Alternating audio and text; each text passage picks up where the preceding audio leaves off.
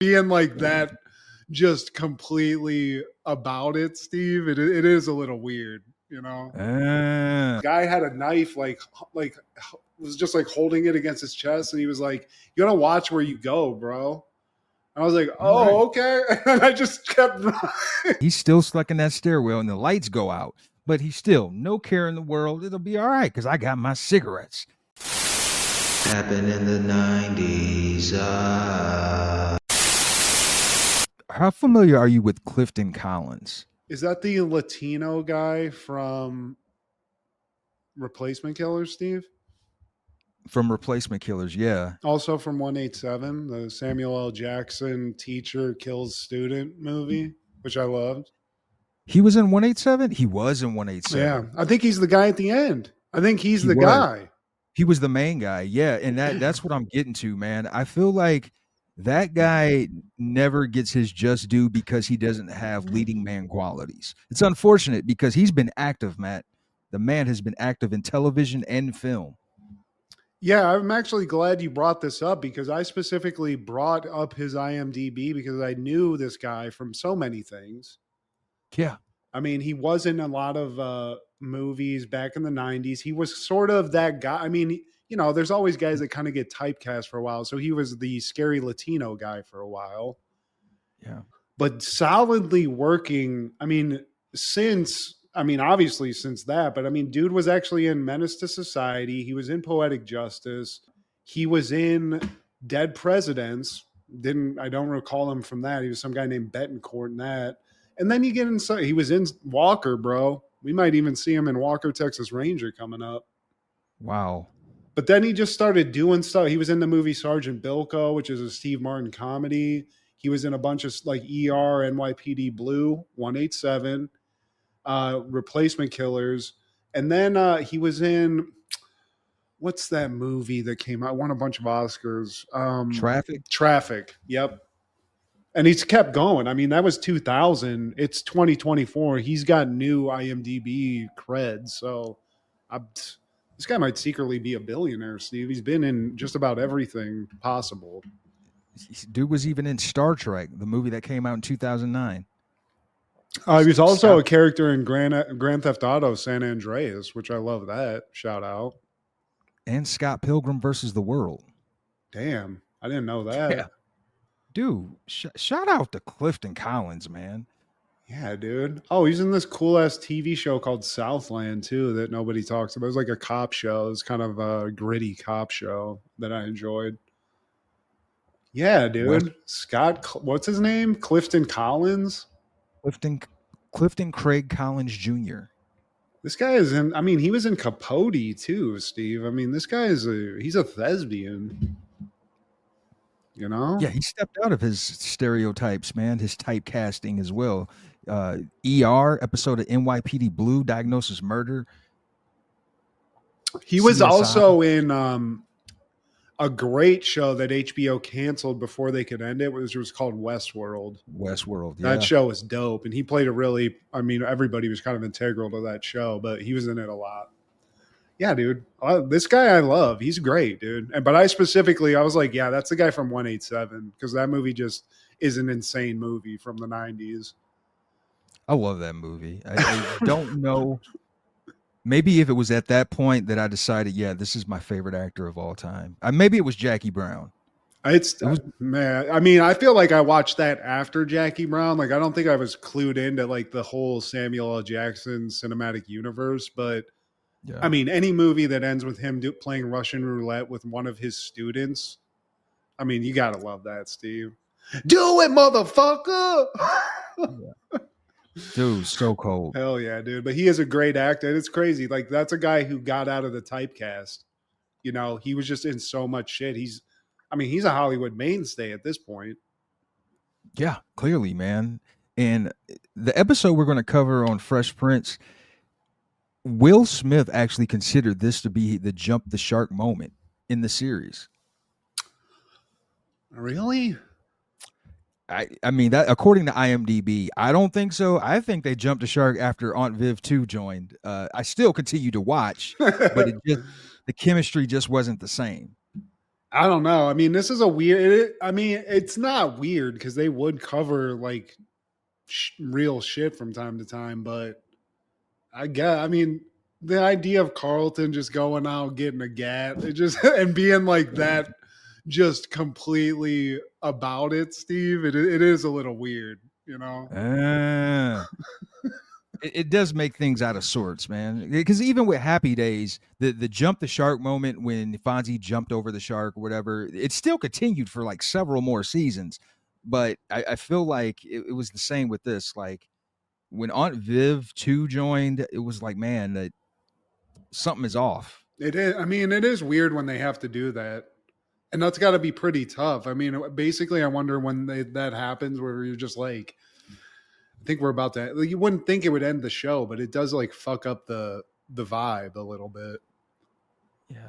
I mean, when they did it in Family Matters, they just didn't even make it a thing. At least with Fresh Prince, they did like a little aside, little hee hee moment to it, call attention to it.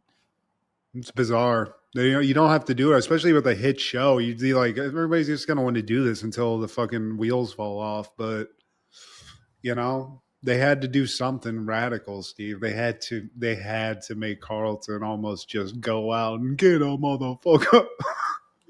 I love it though. I mean, this shows Alfonso's acting chops too, Steve. Alfonso and Will. They say the man can't act. He's just Will Smith and everything. Well, shit. You owe me. We're going to talk about it. I don't want to blow my load on this too fast, Steve. We're just getting into the show. I just want to ease in, but yeah, I love that term, jump the shark. I love that. I love that Happy Days coined it, and it literally is a guy jumping over sharks. Which when I saw it, I loved it, Steve. I was like, that guy's a fucking badass. That's pretty awesome.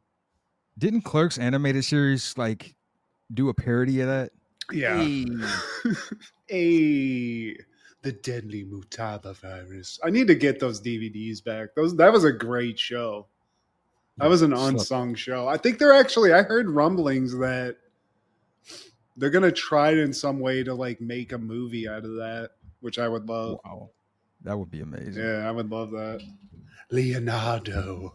This is Steve G and Mad G with Happened in the 90s, a show where we talk about what happened in the 90s. So get out your Black Sheep posters and your Joey Lawrence CDs, because Carlton's got a gun. He's only just begun. What did his daddy do? Buy his daughter some new shoes. You gotta Weird Al in it, Steve. I love that. Well, today, my friend, we're talking all things February 6th in the 90s. Starting off in 1991, we would lose American actor, singer, comedian, producer, and philanthropist Danny Thomas at the age of 79. Danny, what was Danny Thomas famous for, Steve? Well, he starred in a show called Make Room for Daddy, and it would eventually be called The Danny Thomas Show. And I remember watching this in Nick at Night's infant stages. This is one of the first shows that they would have in rerun rotation. And this guy, he actually was born in Deerfield, Michigan, but grew up in Toledo. And he went to Woodward High School. Glass City, Steve. Yeah, and I remember when he died, man, because Nick at Night, they would do like some dedication promos or whatever about the man. And his daughter is Marlo Thomas, who was also famous. She had her own sitcom called That Girl. That sounds familiar. Marlo Thomas sounds familiar. I thought Jamie Farr was the only famous thespian from Toledo, Steve. Well, Marlo Thomas is the widow of Phil Donahue. So Danny Thomas was the father-in-law of Phil Donahue. Nice, dude. That's Hollywood royalty right there. This might have predated your Ohio days, but they also used to run some St. Jude commercials with Danny Thomas because he is the founder of St. Jude Children's Research Hospital. And they are the leading center in pediatrics and a focus on pediatric cancer. Nice. So, yeah, in his dying days, he would be in some of those commercials with the kids, man. So R.I.P., man, to that legend. Hell yeah, dude. One of Toledo's finest, Steve, other than yourself and Jamie Farr. I don't know if I want to claim Toledo, but Okay. 1993, Riddick Bowe TKO's Michael Dokes in 1 round for the heavyweight boxing title. You blink and you miss it. Yeah, I mean, I watched this, Steve. I saw an 11-minute video online. I was like, I'll give this a shot. 11 minutes of a fight. It was 6 minutes of an intro and then about 3 minutes of an ass whooping. And then the rest was just the aftermath. And to be honest with you, it didn't really look like Michael was doing a lot of training, Steve. It did not. You And know? RIP to Michael Dokes. Speaking of Ohio, he was born and raised in Akron, Ohio. He died in Akron as well. Well, they didn't mince words in the commentary either about this fight, but I just instead They of didn't. shitting on Michael, which he got Steve. He wasn't happy about it. He got his ass whooped. But I guess I have to say Riddick Bowe, like the prime Riddick Bowe, he's scary as fuck. He's gigantic and he has a head that it looks like it can absorb every punch. Dude, Riddick Bowe was a problem. I believe he only lost one fight his whole career. He's 45 and 1.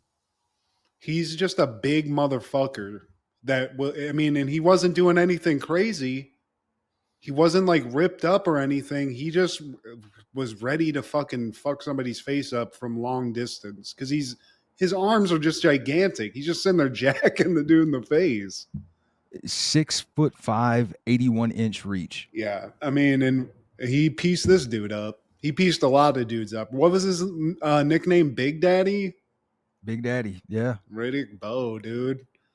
This is a guy though. I worry what he's like now because he wasn't like sitting there going missing, getting like not taking shots. I just feel like his head's built. It's like a fucking brick, Steve. He's got I that mean, forehead thing. He's got like this forehead that's got like an extra fold in it that just it's protection. I feel like the thing from Fantastic Four, he like has that. He's got the the brow, Steve. the ridges.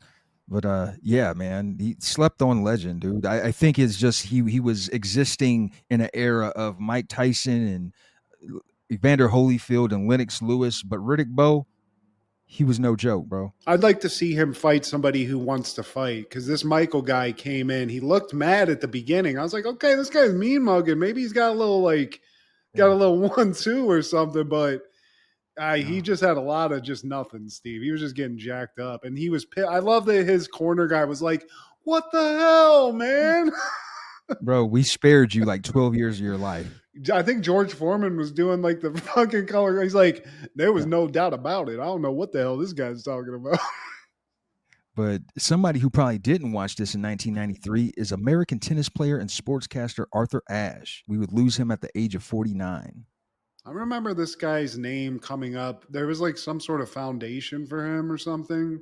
The Arthur Ashe And it Foundation. was Yeah. always mentioned on ESPN. I forget what for. AIDS, probably, Okay. because, yeah, that's how he passed away. And I think it was from blood transfusion. Damn. What a bitch fucking of life just fucking you right there. Just a blood transfusion. It's like, really? You got some dirty ass blood that you just threw into my body and now I'm dead. Great. It's like Todd from Captain Planet.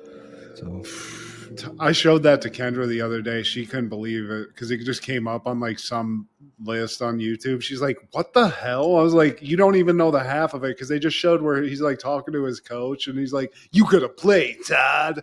But I was like, the actual villain in this is just his plan is to just put out flyers. It's like Todd has AIDS. What the fuck? R.I.P. Arthur Yeah, Ashe. sorry, Arthur. So fuck you, vermin and scum, you piece of shit. In 1995, Fresh Prince is airing season 5, episode 15, Bullets Over Bel-Air. Carlton buys a gun after he and Will are robbed. Hilarity does not ensue. Not at all. Not at all. We get a little hilarious at the beginning where Phil, Carlton, and Will are about to go on some sort of camping trip. Carlton's dressed like Canteen Boy, which it's like, what the fuck kind of trip is this? These city slickers, Steve? These guys, they're going out there. They got all the things. Will can't even stand up. His pack's so fucking big. Carlton's got shorts on. Phil, for some reason, is he going out in the sweater, Steve? Because he don't look ready. Yeah, well, he's ordering a limousine to pick him up. Yeah, and fucking Jeffrey has something sassy to say, but I do love the youth idiocy and this is something I would do, where Will looks at like this thing and he's like, "There's no way it's like a box with a raft in it." He's like, "There's no way there's some big ass raft in this." And Carlton's like, there's a raft in there, dude. I'm telling you, just don't pull. And Will, obviously, it's like hitting a red button. You put a button in front of a kid, he's gonna hit it. Will pulls that thing and a raft comes out. He's like, "There's a raft in that box, man." And so now Will owes Carlton a new raft. They go to the ATM that night, and Carlton's telling him, like, "Dude, it's 80. I want 80, man. I'm giving you 60. 80. It had a built-in bug zapper." That still feels a little light, though, Steve, for a fucking giant thing like that. I don't know. You go to REI, I feel like that's going to be a nice 300 at least, but Will's shortchanging him. Carlton goes ultra petty. He's like, "I'll just take it out of your paycheck." Yeah, dude. He's going to be a Republican someday. So they're getting the money out. Will's giving them the bills. And they turn around, Steve, and just off camera, some guy pulls a gun. Will's scared. Carlton's freaked out. He starts scrambling like for something, like more money, I think. They give him the 60. He's like, "I got more here." And the guy just blasts. And we see him turn like, "No!" And that's all we see, Steve. We just hear gunshots and see the smoke coming out of the barrel. You ever had somebody do something like, have you ever gotten got at all? Not like this. I've never had a gun pulled on me. I did have a knife pulled on me, but I was jogging at the time, so I just ran away. Was he chasing after you? No, it was so bizarre. It was just a weird thing. I was just jogging on a sidewalk in Van Nuys, California.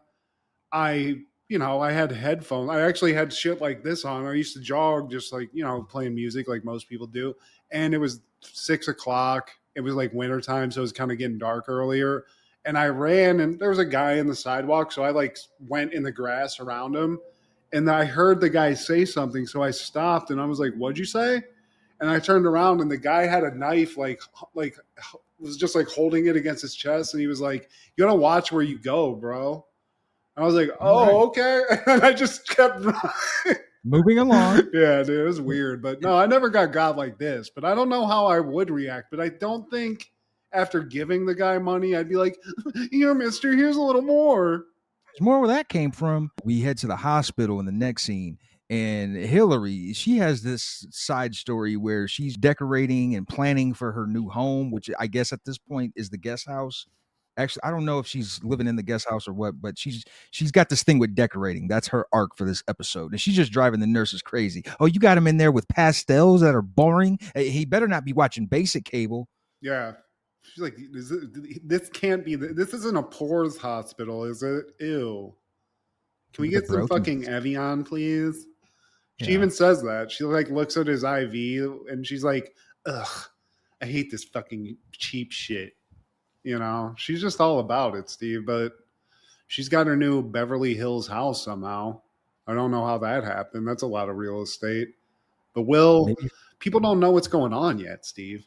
We're all at the hospital. We know something happened. We find out he's been shot because Phil comes in. Because everyone's like, "We just don't know." But Phil said he got shot. It missed his spine. He's all fucked up. But he's going to be okay, Steve. But dude took a bullet for fucking Carlton, bro. That's love. I wouldn't take a bullet for my cousin. I'll tell you that. It depends on the cousin. Sorry, Mike. And apparently they need to leave by the next day because they're driving the nurses crazy. He's like, "Man, I don't know why they say that." And then as he says that, Hillary comes out and she's still like giving the nurse the blues.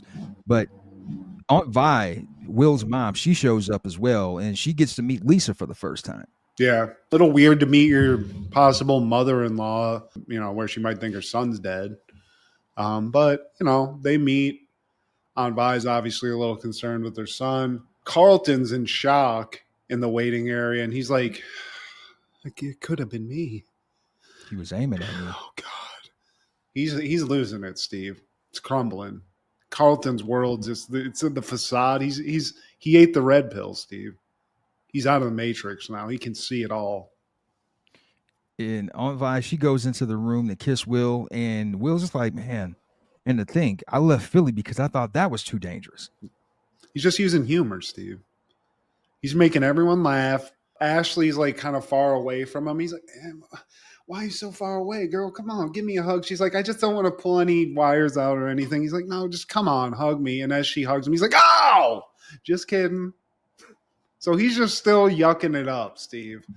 Who's not yucking it up is Carlton, who's just fucking the vibe up. Everyone's like, oh, he's just good old Will. He's back to his old self. You just got to get him better. And Carlton's like, man, these motherfuckers, man, I can't Will, believe stop it. Shit. I don't think it's funny. And Uncle Phil's like, this happens all the time. That's the problem. It happens all the time. And then he just walks off. I gotta go think. So yeah, Uncle Phil leaves. He's like, I'm gonna go talk to him. Let me just go give him a couple bucks, whatever, smooth this over. And he's like, Carlton, you gotta chill out. And Carl's like, no.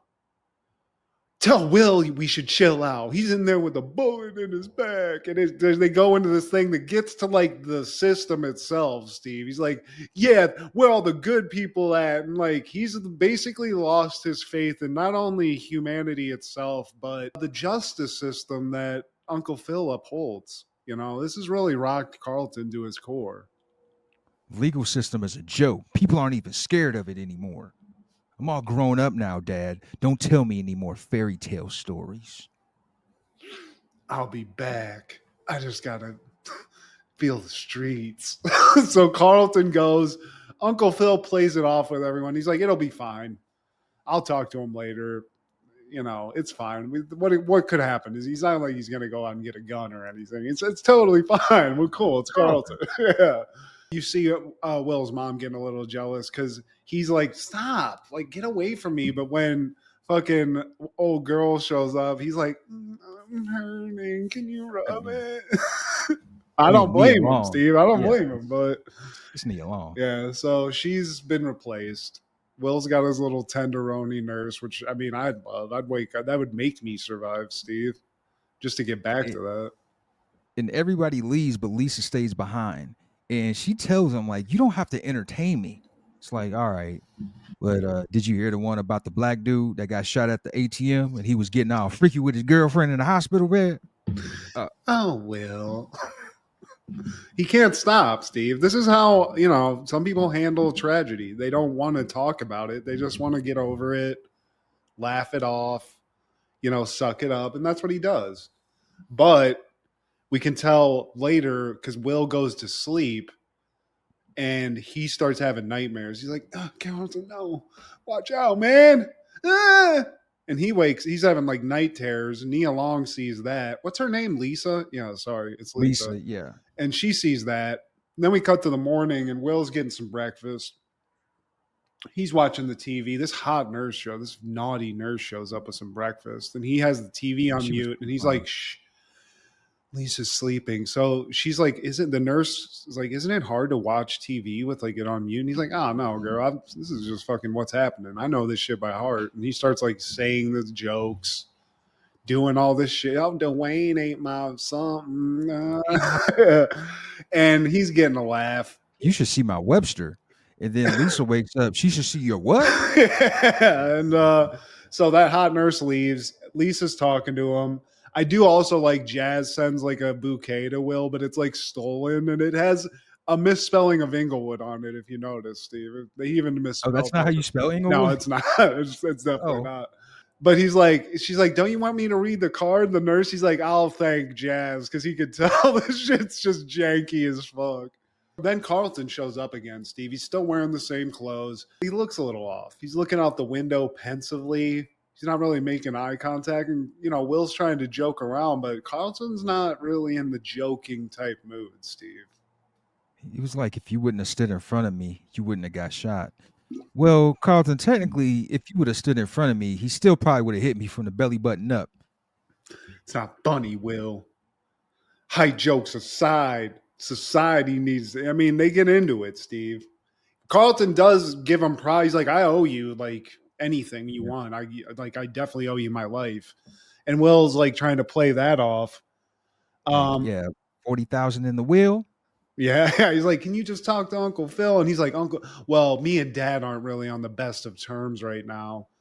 And they get into that discussion. And Carlton's like, I just feel like Uncle Phil's been lying to me my whole life. You know, I thought this life was one this way, but it's not. I see now this shit's all fucked up. And Will's just like, just fucking chill the fuck out, bro. I'm sick of being a follower. I'm sick of being a victim. And then Will calls him. He's like, give me a hug. Man, what? I said, give me a hug, man. A brother got shot. He'd get a little emotional. Give me a hug. So he gives him a hug. And as he pulls away, he feels something in his jacket pocket.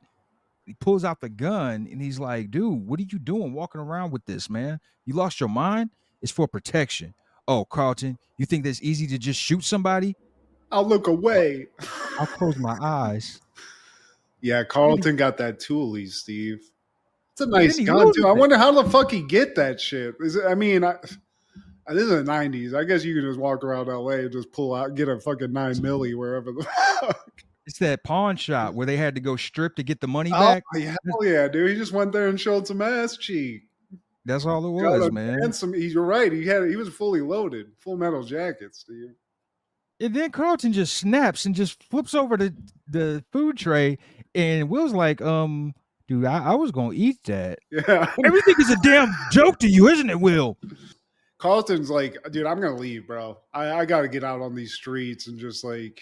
I'm gonna. He's basically the Equalizer. If you ever saw that Denzel movie, he's going out there looking like Mr. Rogers, and he's just got. He's tooled Vigilante. up, yeah, dude. He's ready to go. But Will's like, "Yo, man, no, I want the gun." Carlton's like, "I'm not giving you this." He's like, and this is where I mean, this is the intent, the Will intensity we get from time to like the. Why don't he love me? But he's like, "You owe me, man. You owe me." And we got the little Indian tear coming down his cheek, Steve. And Carlton, as a man, he's a man, Steve. He's just like, all right, well, I did say I owe you anything. So I guess I'll just buy another gun. You can have this one. And this is where my mind was like, dude, what a dickhead move, though. He puts the gun like at his feet. Will just got shot in the back. So he has to like leave. Reach that shit. What a dick move. But Will just empties the fucking the bullet, Steve, and he just cries it out. He's got to get it out. It was a fully loaded gun. And I think that's what like took him over the top, man. Like he unloads those bullets in like each chamber. Fucking Full Metal, Steve. He was out there. And my thing was like, even Carlton's like, I don't even know what the guy looks like. If they found him, who cares? It's like, what are you going out there to shoot, bro? You're just going to go to the ATM and hope somebody tries to rob you? Yeah. You know? Like, it's like George, man. I'm just going to set up the same I'm going to simulate this situation all over again. He's just facing shrimp, hoping. I wish somebody would. My cousin's in the fucking hospital. But yeah, Steve, I mean, this was a very special episode. We get these from time to time in the Fresh Prince universe. And was this Will's dad showing up and being a deadbeat, Ben Vereen? I don't put it up there, but I do remember this. And I like seeing Carlton be like a man. I would have loved to seen it if they took it like 5 steps further and Carlton just like, you know, not lethally, but just shoot somebody. And that's where he learns the lesson, you know? Remember, he did join that gang for like a half hour. C-Note or whatever his name was. Tectonic. Yeah, dude. I mean, so clearly Carlton's a rube, and if it wasn't him buying a gun, he's gonna be like a cult member at some point. Something's gonna grab onto him where you're not gonna be able to get him back, Steve. He's a rube. He's a Scientologist. That following year, 1996, Third Rock from the Sun is airing season 1, episode 5, Dick Smoker. Dick takes up smoking, and meanwhile, Sally doesn't like to be overruled by Dick all the time. I mean, I just have to just shout out to the behind the scenes of Third Rock from the Sun, realizing that even if no one sees this, the comedy of every of their episodes being like Dick something is great. Dick Smoker. I mean, I guess there is a fucking comma in some of it, but if you just watch the episode, it just says Dick Smoker, and you're just left with that. I love it. So this show continues to give us gifts. This is another one, Steve. I love this episode. If for nothing else, it illustrates how delicious of a treat cigarettes really are. And it's a damn shame they kill people because just like Dick Solomon, fuck. I used to smoke these shits just like Dick, Steve. I don't like that. I don't like how that came out. It was nonstop. They're great, and this, like I said, aliens, they get it. You know? They're still getting that smoke out of that room in Napoleon. They will not get that. They'll have to bulldoze that place, Steve. Yeah, pretty much. Raise it. Yeah. I had a lot of cars ruined by that. Luckily, got over it, but I can just remember it, Steve. There's the when it goes down your lungs, Steve, just that feeling. First in the morning, after you just horked up a loogie and your lungs are clean, and you get to get that first hit of the day. Just it's like Folgers. God, I miss it. I miss you, Parliaments. Flim de la flim. Yeah, dude. But before he gets to the cigarettes, Steve, these aliens are already addicted to something, and it's fast food because they're out there ordering fast food. They're there. They're getting combos. They're getting Happy Meals. They're getting all of it. But then the car breaks down, Steve. And I love this because there's misogynistic behavior. It happens even in an alien planet because Dick's like, you know what? We gotta get to a movie. The car's fucked up. Sally, push us. Get out. Do the work. Sally, do work. Sally's a big girl, though. I mean, I feel like Sally, that's the best option you got. Because French Stewart, he's not pushing a car, Steve. And Tommy, he's still a boy. But yeah, Sally gets out and she pushes the car. Now they're at the movies and no one likes their seat. So they're complaining about that. They're watching the movie and talking loud. Just the worst people to sit behind in a movie theater. Ruining everything. I mean, full volume talking. I'd think about starting to throw things passive aggressively at them just to like get some sort of satisfaction. But yeah, they ruined the movie. Sally gets a popcorn kernel stuck in her teeth, and that's going to be a continuing bitch of a thing that she's got to deal with. This is basically the equivalent of like those TikTok, like teenagers doing like videos while you're trying to watch a movie. It's happened to me. I've been an old man. I've been pissed off. I've been trying to make like passive aggressive eye contact to kids in my row. Just being like, fucking, I want to say something, but that kid looks kind of big. I can't tell, you know? Have to put up a little tussle. Yeah, but don't go to the movies with these aliens, Steve, because they're not even paying attention. It's a whole shit show. Harry runs into the wall and he gets lost because it's so dark and he ends up falling to the ground face forward. And now he's stuck to the ground because it's so sticky. And I don't know if you clock the seating in this movie theater. It's folding metal chairs, Steve. I mean, this is some fucking shit theater that they went to. Get out. Showcase cinema. Yeah, dude. But we cut, and Dick is reading some sort of foreign newspaper. Chinese. So he's fluent. He's getting some news. They're in the apartment. Tommy brings his new friend, which is just some poor ginger kid that he brings in here. They're trying to do a science fair experiment. They've got a dead frog in a jar. And at first I'm like, oh, they're just going to, dissect it. Pretty status quo science fair project. Then we hear Tommy say that he's going to reanimate this frog, Steve. Yeah. This kid figured out immortality. I mean, it's going to be on the news soon because this kid's bringing things back from the dead. You know, I like that. There was no way we're bringing anything dead from school back in the day. But yeah, I hated that. Do you remember doing that in school? The frog shit. I hated that fucking shit. I failed miserably. There was some girl that was sort of like a tomboy girl that was my lab partner, and I remember she did all the heavy lifting for that because I was like, "Ew, it's icky."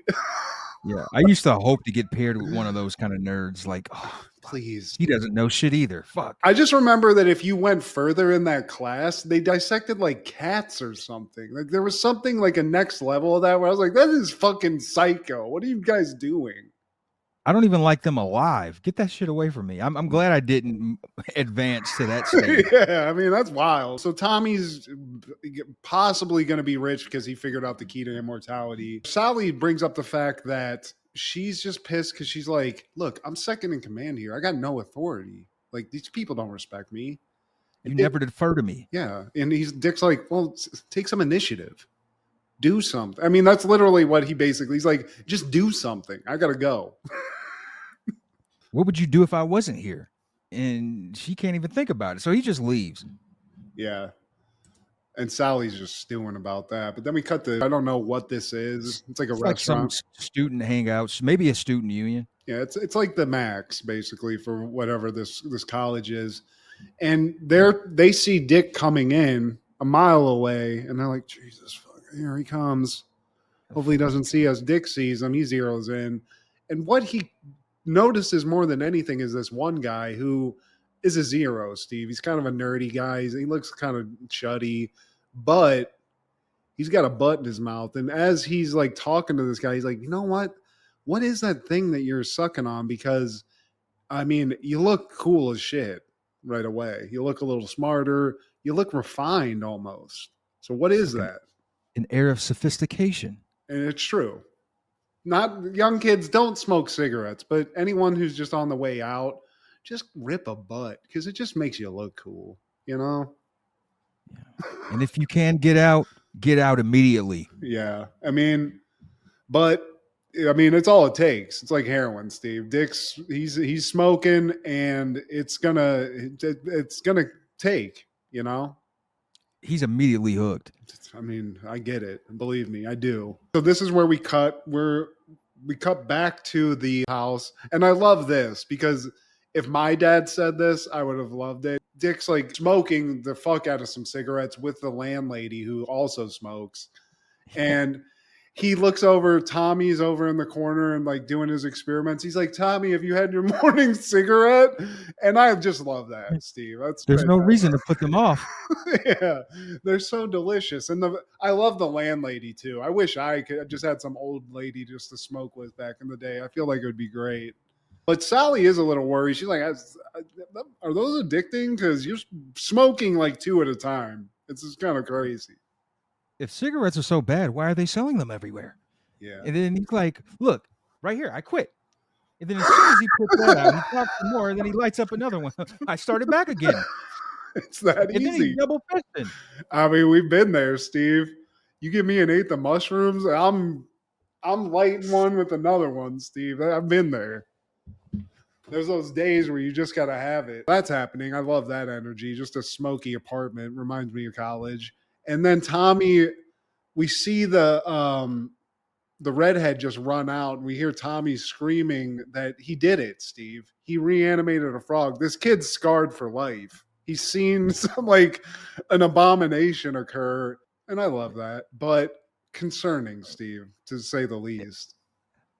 I like how Sally mentions, do you ever read the warning on the side of those packages?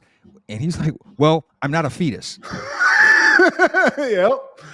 Sounds good to me. That sounds right to me. And he's a professor, Steve, so he would know. We cut to the office, and Dick, he's still double fisting those cigarettes. Nina walks in, and she's like, those things will take 10 years off your life. Yeah, but it's the last 10 years, and those years are crappy anyway. Again, you're speaking to the converted. This guy's saying all the right things. She's like, I just quit, though. So take it outside. Dick's got every excuse, and she's like, well, it's the rules. You can't smoke here. You got to go outside. So go outside. So he does. And what we see is what is the smoking section everywhere. It's just a pathetic menagerie of just sad people, just miserable. In this case, they're by a bunch of dumpsters, but he does, Steve. He's found his tribe. The lunch lady or whatever she is, he's like, oh, I didn't know you smoked. And she's like, yeah, a lot of people don't know. They find it very surprising. I love that. Because that's what I was on my way to be like, Steve. But I kicked the habit. But This is also the beauty of cigarettes. You always got a friend, bud. They're there. You walk outside, there's gonna be some miserable piece of shit that's also smoking a butt, you know? And we cut to the dentist's office, and this is obviously Sally's first time at a dentist. And he asked her to spit. She spits like right on him. Yeah, that's not a good look. He takes it like a champ. He's like, oh, clearly this is your first time. So she's getting that little popcorn kernel taken out of her teeth, but Dick's in the room with them, and he's just fucking hitting a butt and literally blowing smoke like into her mouth. She's getting all fucked up, and the doctor's like, dude, you got to take it. You can't smoke in here. He's like, okay, well, I'll go out in the waiting room. He's like, you can't smoke there. Well, then I'll go out in the fucking hallway. It's fine. I'll smoke wherever. He's like, no, you can't smoke anywhere, bro. You gotta leave. So Dick's like, fine, I'll go outside, whatever. But I mean, he says, fuck it, literally goes out an emergency exit into a stairwell just to get just to rip one, Steve. And I get that too, because you don't always want to go outside. It might be cold out. Remember when we went to that like christening of that building and Jordan was like blackout drunk and just smoking cigarettes? And we had to remember that? I don't remember this. It was like the student union. They opened that up and he was just wasted as hell. And he just was like, I don't care. I'm going to light a cigarette. It was great. But again, Dick's just not, he's into the culture now and he doesn't give a fuck about these so-called rules. It's not his fault he came to America or to the world, to Earth, about a decade after they, started limiting these people, these fucking patriots. He's an outlaw. Yeah, dude. And I get it. Like I said, I'm on Dick's side. It's smoke away. Smoke it if you got it. Here's my thing though. He gets into the stairwell, realizes I fucking locked myself into this shit, and which I don't get, just like in the terms of like the safety of the building, but he's locked into this place. Luckily, he's got a couple of friends with him, Steve. Yeah, still got about 16 or 15 more of his friends. And then we cut back to the house and we find out that Tommy's frog has a taste for human flesh. And so now he has to have someone come and talk to his teacher. Yeah, and that's not great. He Pet Semataried this frog, Steve. That's what happened. So yeah, we got to have the teacher get involved. But while Tommy says that, everyone realizes like where's Dick at? He's usually here. He's gone. He hasn't shown up, and they don't know he's locked in a fucking stairwell. Probably out of cigarettes, given the rate he's smoking those things, Steve. So the wheel is spinning in Sally's head, and she thinks that this is a test from Dick. It's like, okay, this is one of those punk me kind of deals. All right, I'm going to show you. I'm taking charge. Get over here. And she starts having them line up. She's like, you're going to go do this. And it's raining. So she sends French Stewart. She's like, go fix the antenna. So then Tommy's like, you know what? You got to be heavy. So take these big metal chains. Take this big metal rod. So possibly killing French Stewart. She sends Tom. She's basically trying to get all these chores that Dick never gets done to show I'm the boss. It's fine. I can be in charge. I can hold it down.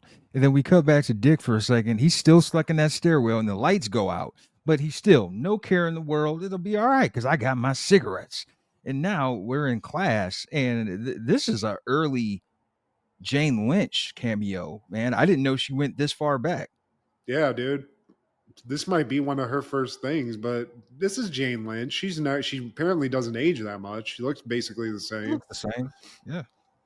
She's bringing this stuff to the attention, but Sally's here, and she's like, okay, well, I'll handle this, less rations down to a half. You got to, she's throwing out all this crazy shit. And Jane Lynch is like, well, I was just thinking maybe take him to counseling. And she's like, I got this. I'm his mom. And she's like, I thought you were his aunt. And she's like, whatever. Sister, mom, aunt. Yeah. Shut up, bitch. But again, where's the frog at? Because it was getting a taste for human flesh. Let's keep an eye on that, Let's give it a show. I'm interested. Yeah. And we cut back again to that stairwell. Dick's, now growing facial hair singing "Oh Danny Boy," perfect pitch. I mean, this guy's killing that. So Lithgow, he's a classic thespian. yeah, dude, got pipes. Then we cut to Dick's office, and I love this. It's just like a side thing that we really don't get anything to like any more of it. But Nina's in Dick's office, and she starts like snooping around, opens up like a drawer. And there's just some like it's like Pulp Fiction with the briefcase. There's just like light coming out of it. It looks kind of weird. She's like, "Oh shit, the fuck was that?" You know, she has like there's like a Men in Black situation going on in that drawer somehow. You know, And by the way, does she look familiar, Nina? she looks odd. I don't She is odd. recognize her from anything else though. That she was Laquita in Shanae's beauty salon, the lady that No way. Nina was originally working on, and she was like, "No, I'm gonna go over to Juanita's bumper curl." Damn! Wow. Okay. There we go. Shout out. Gorgeous, Nina, but a little sticky face. I feel like she was trying to find some money in that drawer. I don't like that. But you know, she's dealing with some shit. But Sally comes in and she's looking for Dick. And I love just talking about the show is hilarious. She's like, "Well, he hasn't been around for a couple of I was actually hoping you would come and tell me where he's at." And so everyone's now looking for Dick, Steve. He's been going for the last. He's been. Everybody's looking for Dick. Everybody wants some Dick. He's been going for the last 3 days. Sally now believes that Dick's gone for real. She's like, he's gone. I mean, he's not back. So maybe he went back. I don't know. He went home. And she thinks she's the high commander, Steve, which that's a lot of responsibility, you know? And she takes it serious because we now cut to the garage where they're getting their car worked on, and the mechanic, he's just talking to Harry, completely ignoring Sally.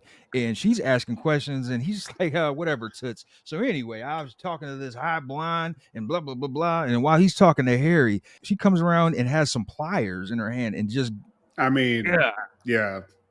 right in the baby maker. This is a woman that pushed a car multiple miles, and she has this fat guy's just junk just wrenched out, Steve. He collapses at the end of this, but she can get some stuff done. She's going to get that car. Maybe. You might have just fucked this guy's whole life up. I don't know what happened. Maybe you ripped his dick off, but she stands on her business, Steve. Fuck the bullshit. Pliers to the sack. Yeah. So now Tommy and Harry, they want to find Dick, Steve. So they're set out on their own.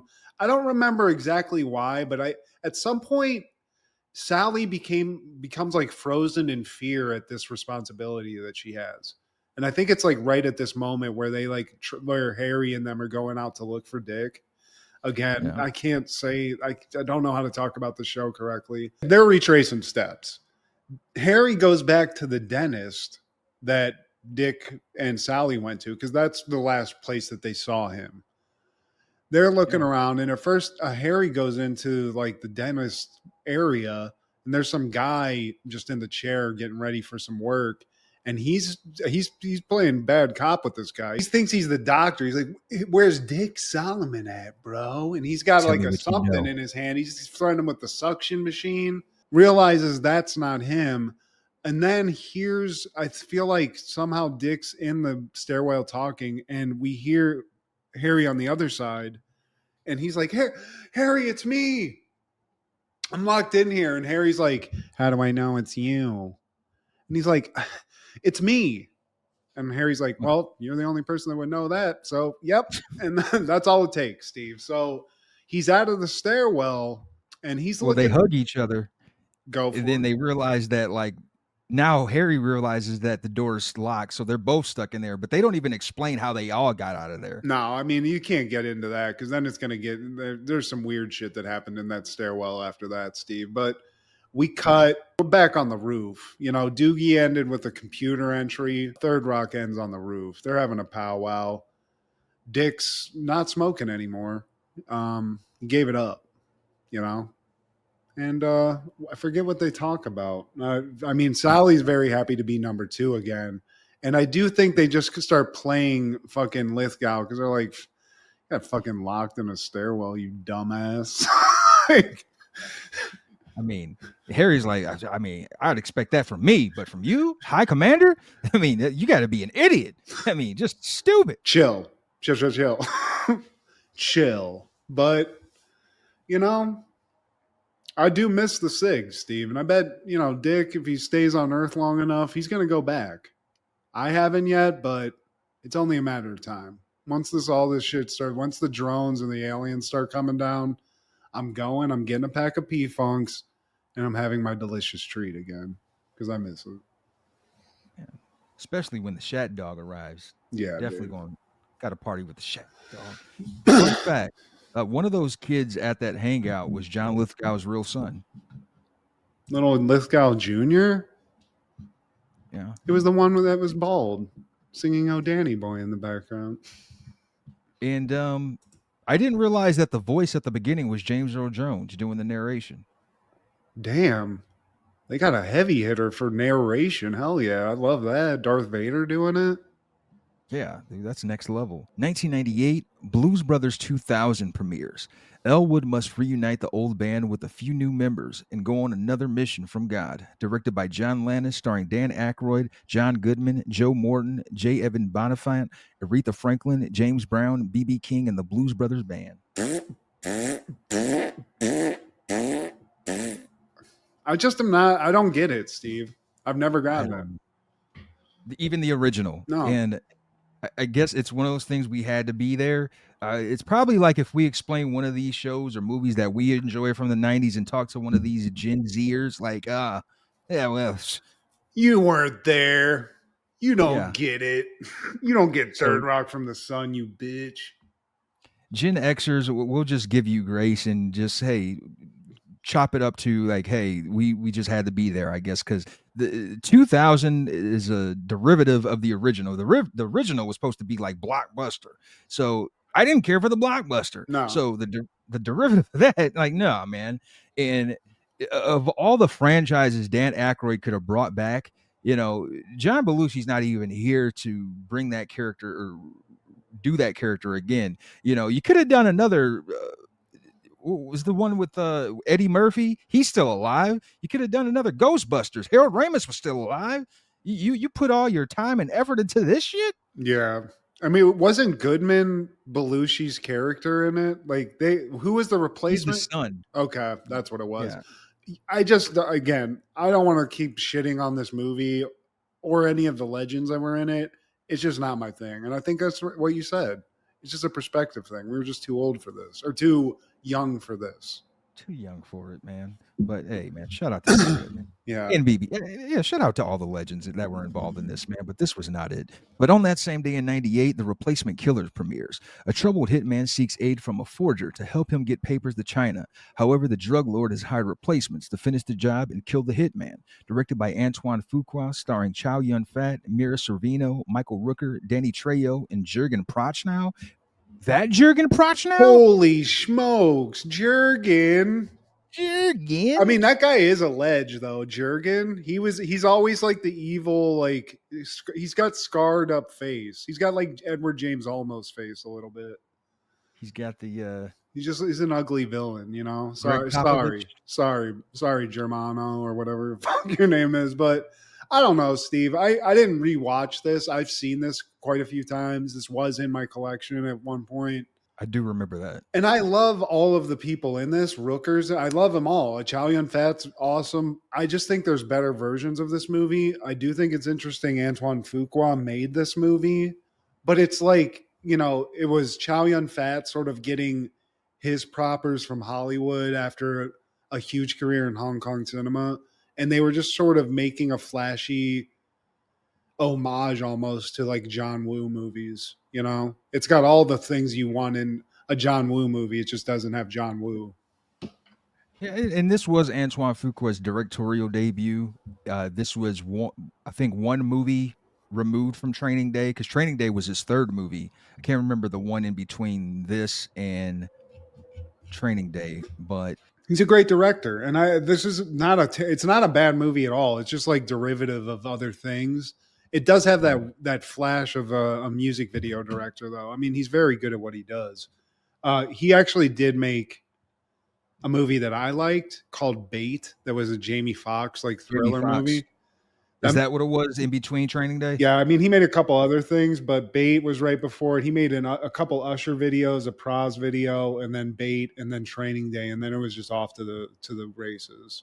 He was involved in a couple movies. I didn't even know he was involved in this Bruce Willis war movie called Tears of the Sun. I remember Yeah, that. it's kind of a decent movie, and also he's been like making that Equalizer franchise with Denzel for like. I mean, I think there's been 3 of those. I mean, this guy's done everything. It's decent, man. Chow Yun Fat's a fucking badass. But to me, if you're Yeah. gonna watch a movie like this, the movie you need to watch is Hard Boiled. You know, that's Okay. like a Hong Kong movie, and it's like kind of like I think what got him the fame he got before he came over to America because it's all that. It's just him jumping down staircases like double gunning people and spinning around and doing crazy fight scenes with guns and stuff. Boondock Saints style type shit. Yeah. You did say this was his first American movie, right? I think this was his first American movie. I'd have to look that up. One fun fact that I told you earlier that I just thought was cool is that Mira Sorvino is like the love interest and it's like the second character like in the movie. She helps Chow Yun Fat's character, but she almost didn't do this. And the only reason she did the movie was that Quentin Tarantino was her boyfriend at the time, and he was like, "You have to. This guy's a legend. This guy's a Hong Kong like. This guy's like the fucking whatever. He's the Tom Hanks of Hong Kong or whatever name you want to use." And that's the reason she did the movie. And I didn't even know he was dating her. I mean, I think he has a type, Steve. She rings strangely close to like an Uma Thurman as well. He likes a nice skinny blonde chick. So, you know, he was famous at this point. What year was this? 90 what? 98. Yeah, I mean, he's out there. He's getting holly. He was just picking little tenderonis off the trees, Steve. He's that dude at this point, man. Something interesting about this movie, it set the record for most bullets fired in an American film. Yeah. And it's not even a war movie. That's crazy. I mean, and we get Trejo, and it's got an interesting like story too. I do like it where it's like he's the best hitman in the world. His boss hires him to do one last job to get out of this debt he has. So he hires him to kill the son of a cop, and the cop's Michael Rooker.